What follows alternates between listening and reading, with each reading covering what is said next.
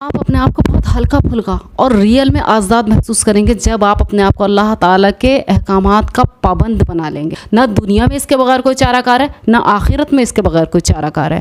نبی کریم صلی اللہ علیہ وسلم ارشاد فرماتے ہیں کہ اللہ تعالیٰ نے جب جنت بنائی تو جبرائیل علیہ السلام کو حکم دیا کہ جاؤ جنت کو دیکھو۔ جبرائیل علیہ السلام نے جا کر جنت اور راحت اور لذت کو ان سامانوں کو دیکھا جو اللہ تعالیٰ نے اس میں اہل جنت کے لیے تیار فرمائے تھے۔ پھر بارگاہ الہی میں حاضر ہو کر عرض کیا، پروردگار آپ کی عزت و عظمت کی قسم، آپ نے جنت میں راحت و لذت کے ایسے سامان پیدا فرمائے ہیں کہ جو بھی اس کا ہاتھ سن لے گا ضرور اس میں پہنچے گا۔ پھر اللہ تعالیٰ نے جنت کو سختی اور مشقتوں سے گھیر دیا، یعنی جنت میں پہنچنے کے لیے شرعی احکام کی پابندی ضروری قرار دے دی۔ اس کے بعد جبرائیل علیہ السلام کو حکم دیا کہ اب دوبارہ جا کر جنت کو دیکھو۔ جبرائیل علیہ السلام نے دیکھا اور آ کر عرض کیا، پروردگار آپ کی عزت و عظمت کی قسم، اب تو مجھے ڈر ہے کہ جنت میں کوئی بھی نہ جا سکے گا۔ اب اللہ تعالیٰ نے دوزخ بنائی اور جبرائیل علیہ السلام کو حکم دیا کہ جاؤ دوزخ کو بھی دیکھو۔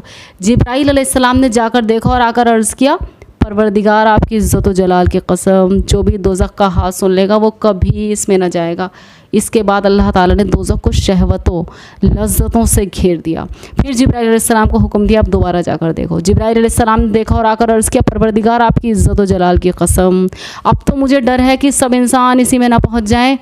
مطلب یہ کہ دوزخ میں لے جانے والے کاموں میں اتنی زبردست کشش ہے کہ ان سے بچنا مشکل، اور خطرہ ہے کہ کہیں تمام بنی آدم خواہشات سے مغلوب ہو کر دوزخ میں نہ پہنچ جائیں۔ دوسری جگہ نبی کریم صلی اللہ علیہ وسلم نے اسی موضوع پر ارشاد فرمایا کہ دوزخ کو خواہش اور لذتوں سے ڈھانک دیا، جنت کو سختی اور مشقتوں سے ڈھانک دیا گیا، یعنی جو خواہش نفس کی پیروی کر کے لذت اٹھائے گا وہ دوزخ میں جائے گا، اور جو دین پر ثابت قدم رہنے مشقت اٹھائے گا وہ جنت کا وارث ہوگا۔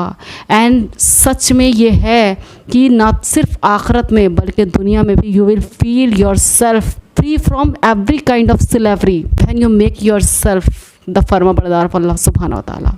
جزاک اللہ خیر۔